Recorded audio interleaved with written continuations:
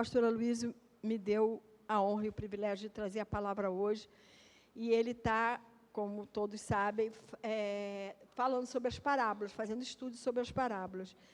E eu resolvi ir nessa mesma linha, e eu vou falar sobre as parábolas. Mas antes, eu queria meio que contextualizar que parábolas são narrativas alegóricas que transmitem uma mensagem indireta por meio de comparações ou analogias, né? Parábolas são histórias que extraem a sabedoria do cotidiano. Jesus ensinava por parábolas. Ensinou muitas parábolas. Temos parábolas no livro de Marcos, no livro de Lucas, principalmente, e no livro de Mateus. Jesus mostra que quem não acolhe o Messias não tem acesso aos mistérios. Por isso ele falava por parábolas. O Salmo 25, versículo 14, nos diz que quem confia os seus segredos em quem nele teme, que Deus confia os seus segredos a quem teme ao Senhor.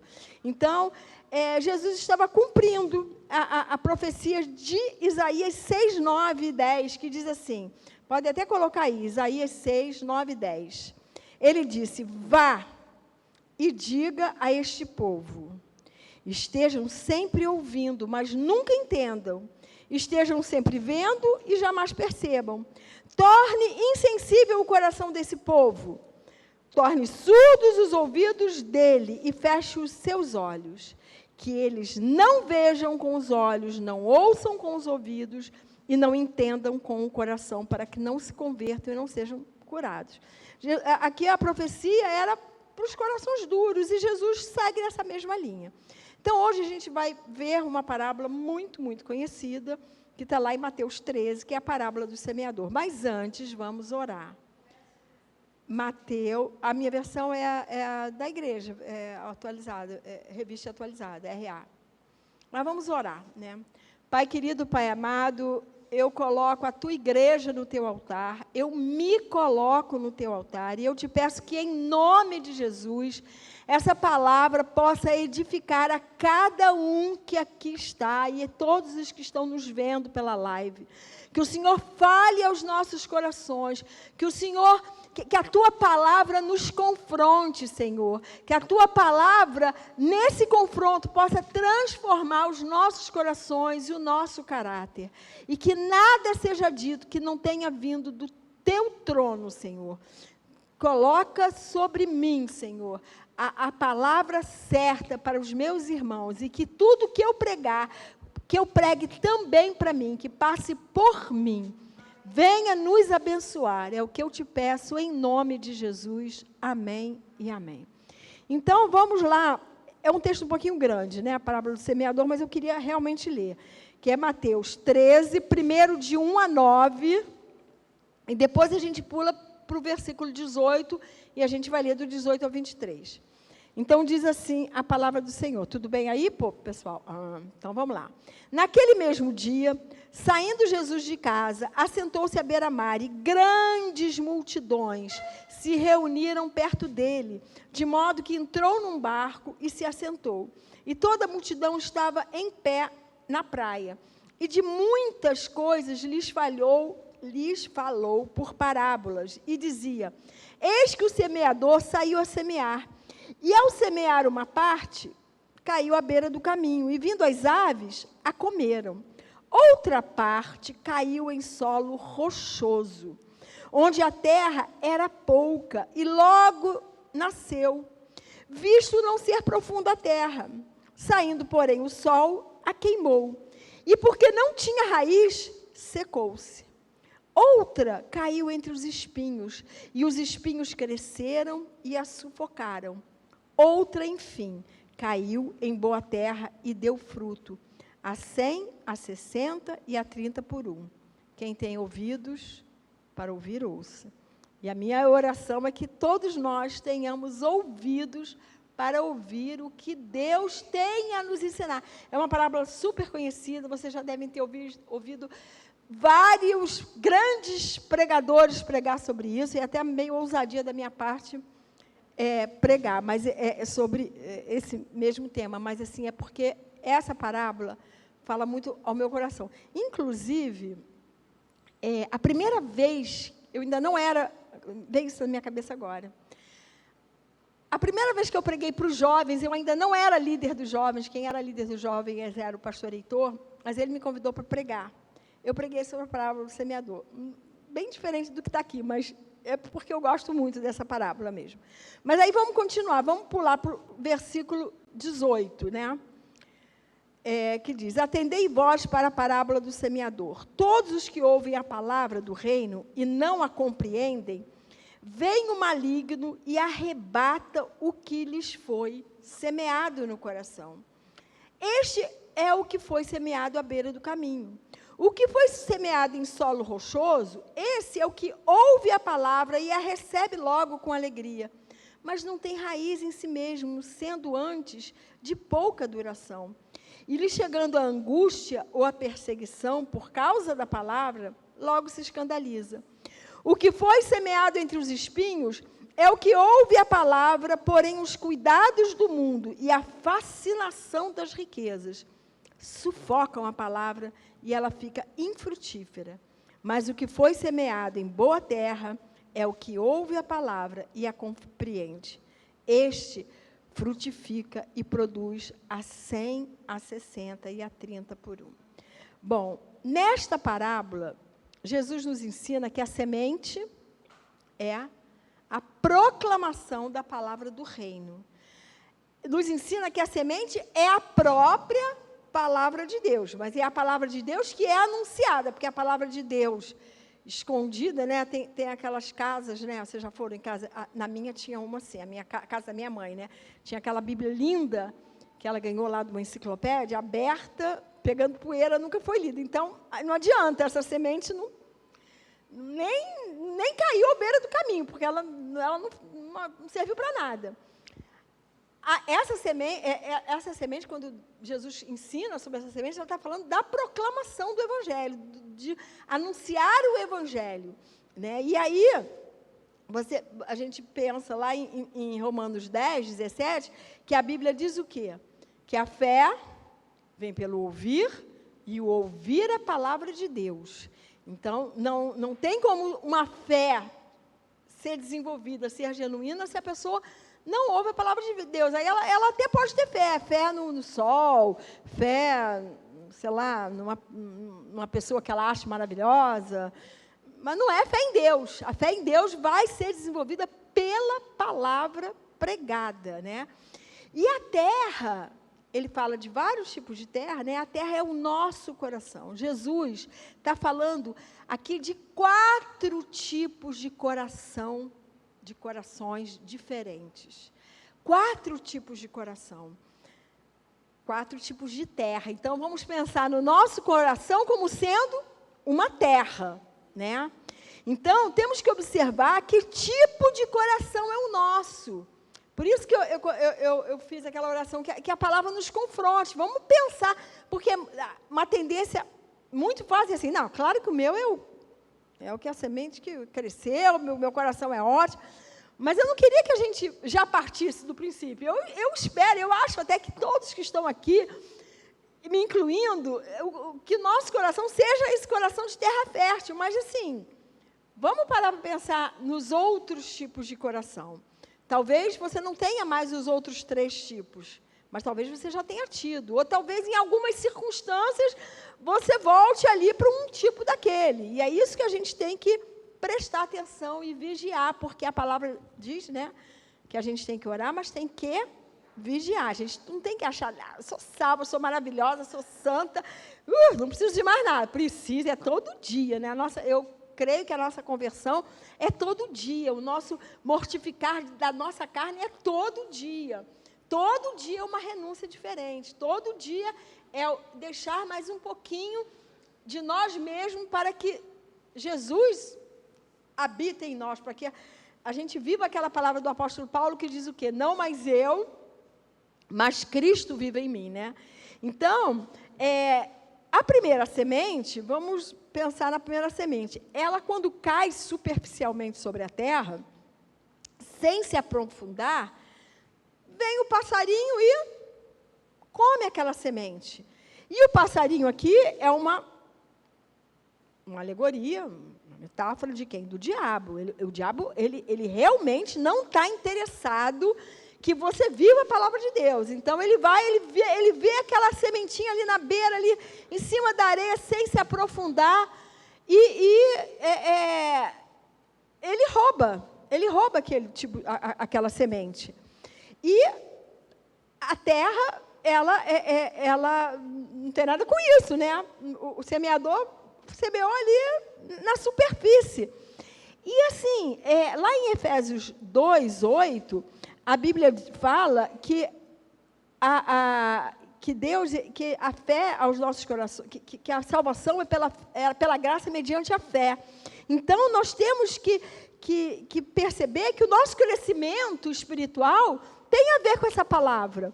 Então, por isso, muitas pessoas, a gente às vezes nem entende por que elas saem com tanta facilidade da igreja, por que elas não se envolvem com a palavra, por que elas não vivem a palavra, por que a palavra não transforma essa pessoa. Quando eu me converti, havia um monte de pregação dos ex, né? Eu tenho na tal igreja, tem um ex, não sei o quê, ex-prostituta, ex-ladrão, ex-assassino.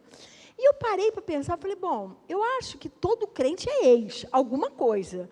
Se não é ex-ladrão, ex-assassino, é ex-mentiroso, é ex-invejoso, é ex-iracundo, tem que ser ex alguma coisa, porque a palavra de Deus e o Espírito Santo nos nossos corações tem que ter feito uma transformação, senão é a sementinha que caiu à beira do caminho e, o diabo carregou e a pessoa não se aprofunda na palavra.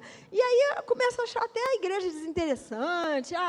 Deus me deu aquela bênção que eu queria, deixa eu ir embora, quem sabe vou lá para, sei lá, de joelho lá na igreja, nos degraus da igreja, vou para outra, porque não foi transformado, a palavra não fez nenhum efeito sobre aquela pessoa. A segunda semente da parábola caiu na pedra. A semente, quando cai na pedra, não se aprofunda também. Não cria raízes. A pessoa que tem esse coração recebe a palavra com alegria e com emoção, mas ela fica apenas convencida de que Jesus é o Senhor, é o Salvador. Mas também não há mudança. Sabe aquelas pessoas que precisam da emoção? Eu vou sair dessa igreja e vou para outra, porque assim, hoje eu nem me senti arrepio em mim, eu preciso de emoção, eu preciso... Às vezes a gente se emociona, às vezes a gente chora, às vezes a gente cai, às vezes a gente grita, às vezes a gente fica quietinho. Enfim, não é a emoção que vai fazer com que a gente permaneça em Cristo Jesus, que a gente permaneça no reino de Deus. Então, quando a semente cai nesse tipo de coração, que é um coração de pedra, também não vai produzir frutos. O evangelho do reino, ele é encantador, e às vezes ele cativa o coração humano, mas não é uma emoção, é uma certeza, é uma convicção, é uma fé, é um não saber viver diferente depois que a gente conhece a Jesus, né? Então, assim, a pessoa se convenceu, o evangelho é bom, realmente Jesus é o melhor caminho, mas tem umas coisas também, né, que a gente pode ficar aqui, pode vir de vez em quando à igreja, não precisa se aprofundar, o coração não se quebranta, e aí a pessoa não produz frutos. Lá em Ezequiel 36:26, o profeta Ezequiel, ele diz que Deus pode trocar o seu coração de pedra, para um coração de carne. Ezequiel 36:26. Eu já fiz muito essa oração em relação a muitas pessoas, para Deus trocar aqui, dar-vos-ei coração novo, e porei dentro de vós espírito novo, tirarei de vós o coração de pedra, e vos darei coração de carne. Então, porque um coração de pedra, ele não é um coração quebrantado, ele não é um coração ensinável, ele não é um coração que vai ser transformado pela palavra de Deus. Então, o coração que é de pedra, ele não consegue ser humilde. E não consegue se abrir para o amor de Deus. E não consegue se abrir para dar amor aos outros. O principal mandamento qual é? É amor. É amar a Deus sobre todas as coisas, ao teu próximo como a ti mesmo, não, né? Que Jesus vai mais além, né? O Antigo Testamento era o próximo como a ti mesmo. Jesus falou assim, não é isso não. É amar a Deus sobre todas as coisas e amar ao próximo como eu vos amei. Eu falei, cara, Senhor, o Senhor pegou pesado. Como é que a gente vai amar como Jesus ama? Porque Jesus ama de uma maneira tão profunda que ele deu a vida e continua dando a vida, porque Ele continua nas nossas vidas nos ensinando. Aí a gente faz uma besteira, a gente peca, Ele está lá de braços abertos para nos receber. Ah, minha filha, de novo. Pensou isso de novo, Sandra? Oh, meu Deus, não era. Sandra, já te ensinei o amor. E aí você, no dia seguinte, diz, ah, Senhor, me perdoa. E é assim a nossa vida, é de glória em glória, é de degrau em degrau, mas Ele está sempre ali, nos perdoando, nos tocando. Então, assim, amar ao próximo como Jesus nos amou é um desafio, mas é um desafio que a gente tem que perseguir, que a gente tem que ter essa ambição. Mas com um coração de pedra, não tem jeito, a gente não vai conseguir amar ao próximo com um coração de pedra. O coração de carne, sim, ele é quebrantado, ele é humilde, ele é ensinável, ele é aberto para esse amor. Ele se abre para esse amor, ele quer mais desse amor, e ele quer amar mais o próximo, ele quer amar mais o outro que te ofendeu. É difícil? É difícil, mas o cristianismo é um desafio mesmo. Jesus não disse que ia ser fácil, né? Ele disse que o caminho ia ser estreito. Então, é isso mesmo. Mas o coração que recebe o evangelho do reino, isso é muito importante a gente pensar.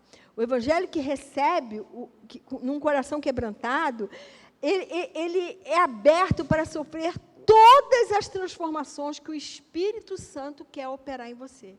E o Espírito Santo está todo dia ali, da hora que a gente acorda até a hora que a gente vai dormir. Eu não digo nem eu disse isso, mas não é essa a minha oração. Porque quando eu vou dormir, eu faço a seguinte oração. Eu não gosto de dizer amém. Quando eu vou dormir, eu faço a minha oração já deitada. Eu não gosto de dizer amém. Eu vou te dizer por que eu não gosto de dizer amém. Calma, Helena, calma. Eu vou dizer, vou explicar.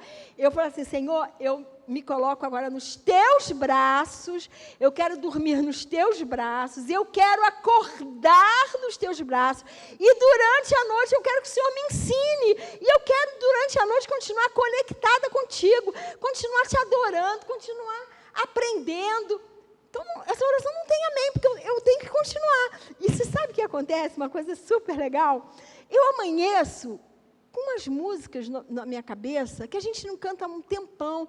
Falei, nossa, então essa canção eu cantei para o Senhor na madrugada. Porque eu falo, eu não quero me desconectar porque eu vou dormir, eu quero continuar conectada. Eu preciso dormir 8 horas. Vocês não têm ideia como eu sou uma pessoa horrível se eu não durmo as minhas 8 horas. Eu preciso dormir meia-noite e acordar só lá para 8. Não, né? Eu já acordei muitos anos da minha vida às 6, né? Depois que me aposentei, não. E minhas filhas cresceram, 8 horas está legal.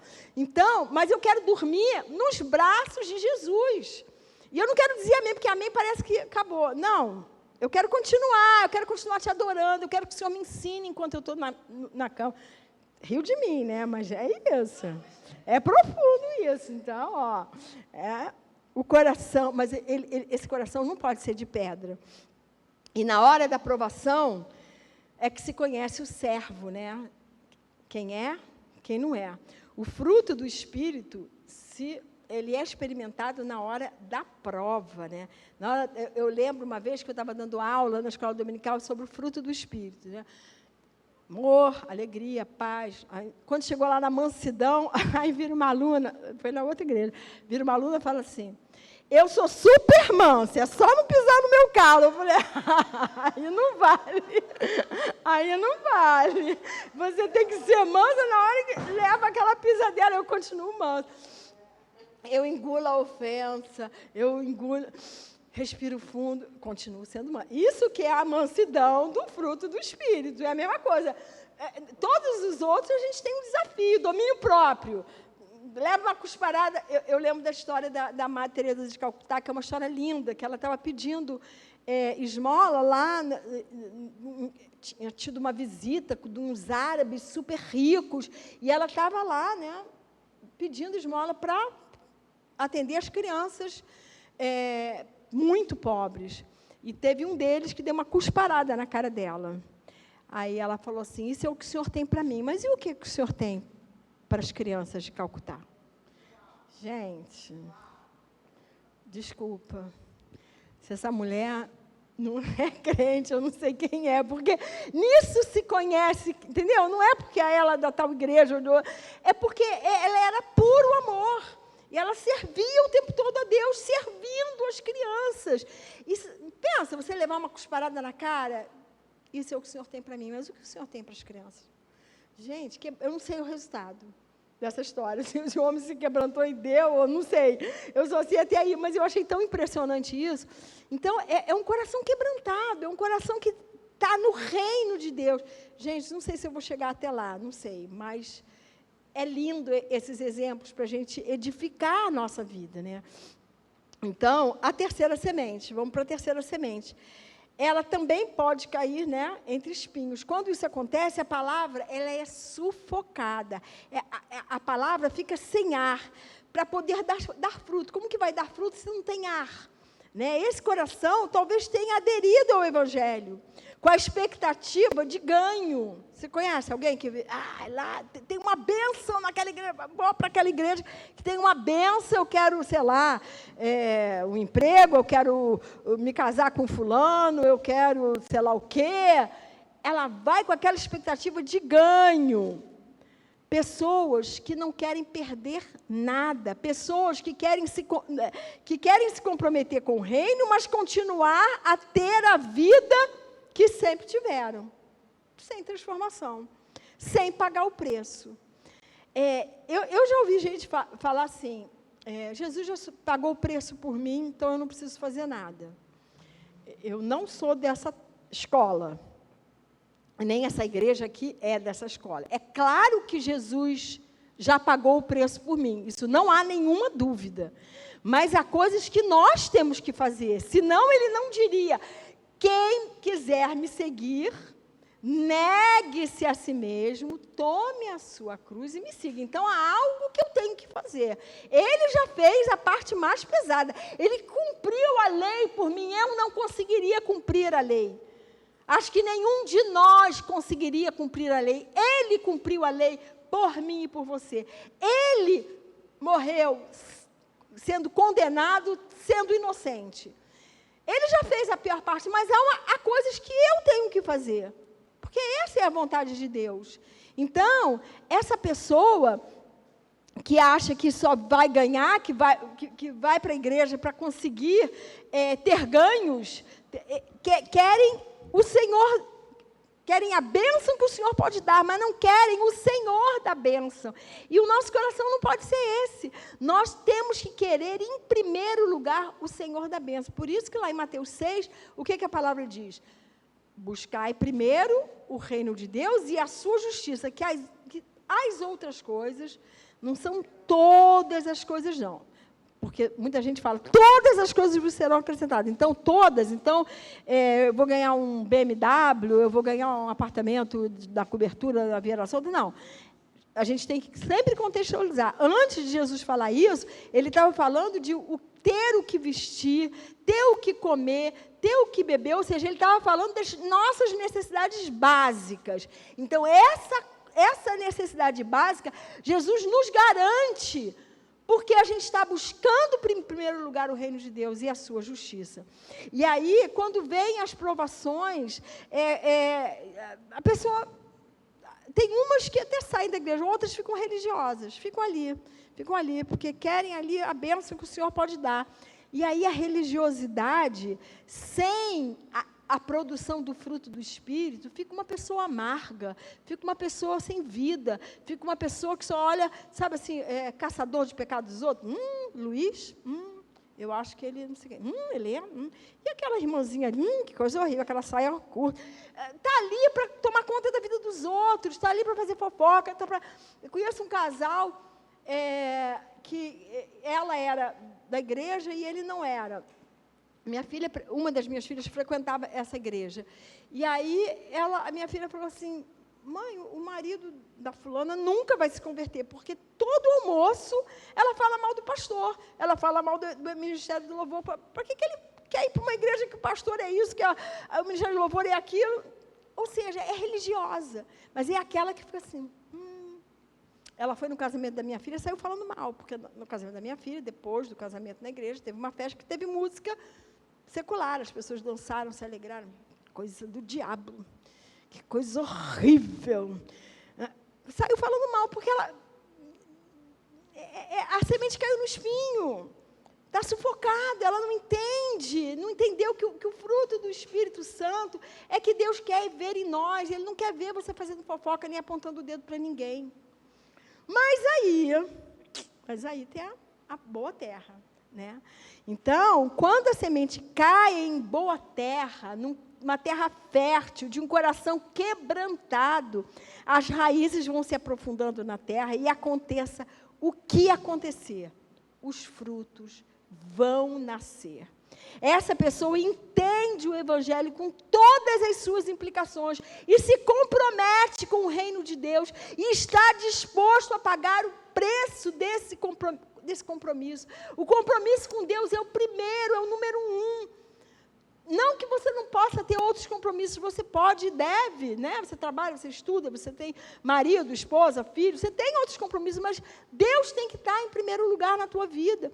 E aí podem vir as provações, pode vir o sofrimento que for, que o teu comprometimento com Jesus e com o reino é em primeiro lugar, né? E aí você vê que esse coração que pensa, esse coração, eu quero muito pensar nisso, nesse momento que a gente está vivendo tão difícil, esse coração, que a semente caiu nessa boa terra, esse coração pensa no coletivo, pensa no outro, pensa em ser generoso, não fica pensando só em ter as bênçãos para você. Você vai dar o teu dízimo na igreja, não porque você tem medo que Deus faça alguma coisa, ou você fica, não, pastora Luiz e pastora Luiziana vão saber que eu não dei o dízimo, vão me olhar assim. Eles não vão olhar assim. A gente dá o dízimo porque a gente já foi abençoado, e aí a gente vai e quer abençoar a igreja, ao pobre, ao necessitado. A gente vai pensar no coletivo, a gente vai usar máscara, mesmo depois de ter sido vacinado, não só com medo de ser contaminado, não, mas para não ter o risco de contaminar o outro. É um coração que pensa no outro. Isso é que é importante da gente refletir. Esse coração que pensa no coletivo sabe que o reino de Deus é um reino de justiça, é um reino de prosperidade, é um reino de paz, é um reino de verdade, é um jeito diferente de ser, é alguém que não aceita mentira. Numa época de fake news, é aquele que não vai espalhar notícias mentirosas. Claro que às vezes até se espalha porque não se sabe, mas passa a tomar cuidado para não acontecer. Então, assim, porque a palavra foi impressa no nosso coração. Jesus marcou a nossa vida. Na nossa fronte tem o selo do Espírito Santo. Essa pessoa é a que tem o coração onde é a terra fértil que recebeu a semente do Senhor. Pode vir a provação, porque com certeza elas virão, né? Eu já vi evangelista dizer isso. Não foi aqui não, gente. Graças a Deus, eu não vi nunca a Suzana dizer isso. Já fui muito com ela para evangelizar, eu não falo isso não. Mas eu já vi muito evangelista. Vai para a igreja que tudo está resolvido. Sua vida vai ficar maravilhosa. Você não vai ter problema. Gente, vivemos num mundo caído, num mundo que tem enfermidade, num mundo que tem traição, num mundo que tem decepção. Não, querido, vai ter provação. Vamos combinar que vem até um pouquinho mais, né? Que é porque o diabo fica furioso e aí é que ele tenta mesmo. Mas aí nós não estamos mais sozinhos. Essa é a beleza. Porque quando eu estava no mundo, que eu passava também por provações, porque provação é para todos, que eu passava por sofrimento, por dor, eu tinha que resolver as minhas dores, eu tinha que resolver os meus sofrimentos. Agora eu tenho a certeza, a convicção absoluta que eu tenho Jesus caminhando comigo em todas as circunstâncias da minha vida. E que às vezes está tão difícil, eu falei isso no nosso discipulado no sábado, está tão difícil que eu não tenho vontade de falar nada, eu só deito a cabeça, que nem João fazia, Senhor, eu estou aqui, ó, deitadinha no seu ombro, eu só quero dizer assim, Abba, Pai, Abba, Pai, Abba, Pai, é só isso, eu só quero deitar no seu ombro, e esse ombro me acolhe, esses braços me acolhem. Essa é a beleza do Evangelho, é nós termos Jesus Cristo todos os dias das nossas vidas, até a consumação dos séculos. Então, queridos, pode vir sol, pode vir chuva, pode vir tempestade, pode vir o que for, que a gente vai ser, como fala o Salmo 1, o que é o Salmo 1? Que nós somos plantados junto ao ribeiro, que em todas as estações nós vamos dar o nosso fruto. Essa árvore que somos nós, que recebemos Jesus como num coração de terra fértil, pode vir vento, pode vir o que for, que nada vai abalar a nossa fé. Quem se deleita no Senhor, quem tem prazer de andar com o Senhor, de ter uma vida com Deus, é igual a essa árvore plantada junto ao ribeiro, que dá fruto todos os meses. E é um manancial de água viva para dar água para os outros. Né? Eu já falei, é coletivo. Eu recebi essa água, eu quero dar essa água para quem não conhece essa água. Eu quero estender. Nós passamos a ser pessoas generosas. O egoísmo não existe mais. E o fruto do Espírito Santo é aquilo que nós temos que buscar todos os dias. Então, o fruto que nascerá em nós, na hora da aprovação, é a perseverança. E perseverança produz esperança. E esperança não desaponta. Isso está escrito lá em Romanos 5, que nós vamos ter tribulação, mas a tribulação vai produzir em nós perseverança. E essa perseverança vai produzir esperança. E a esperança em Deus não vai nos desapontar, não vai nos decepcionar. Deus não nos decepciona nunca, até quando Ele diz não para a gente. Nossa, Deus já me disse muito não. E glória a Deus pelos nãos que Deus me disse. Porque se Ele disse não, é porque não era bom para mim conseguir aquela coisa que eu achava que era bênção. Ele que sabe o que é melhor para mim. Eu tenho que ter essa confiança, essa fé, que Deus sabe o que é melhor para mim e para você. Muitas vezes, e aí a gente tem que prestar atenção, muitas vezes o agricultor, que é Deus, ele, poda, pega a tesourinha dele, e esse galinho não está legal não, corta outro. Ele vai nos podando, e ser podado dói, não é agradável, muitas vezes é desagradável mesmo. Mas quando ele poda, quando o agricultor poda uma árvore, é para quê? Para essa árvore produzir mais frutos, para as folhas que vierem serem mais viçosas, mais bonitas. E isso será multiplicador, porque Jesus, Ele é o Deus da multiplicação. Ele quer que a gente multiplique. De uma semente, Ele quer que a gente dê 100 frutos. Então, queridos, nós temos que orar nesse sentido. Que tudo que a gente já ouviu da palavra de Deus, tudo que a gente já leu na Bíblia, tudo que a gente já leu de estudo bíblico, ou ouviu a Gal falando do estudo bíblico, lá com aquela voz linda dela, não pode ser um entretenimento. Vocês entendem? Não pode ser assim, tão bonito, né? Eu te dou a paz, a minha paz te dou. Então, outro, eu sou o caminho, a verdade e a vida. Ninguém veio a paz senão por mim. Ai, que lindo, que frase linda que Jesus disse.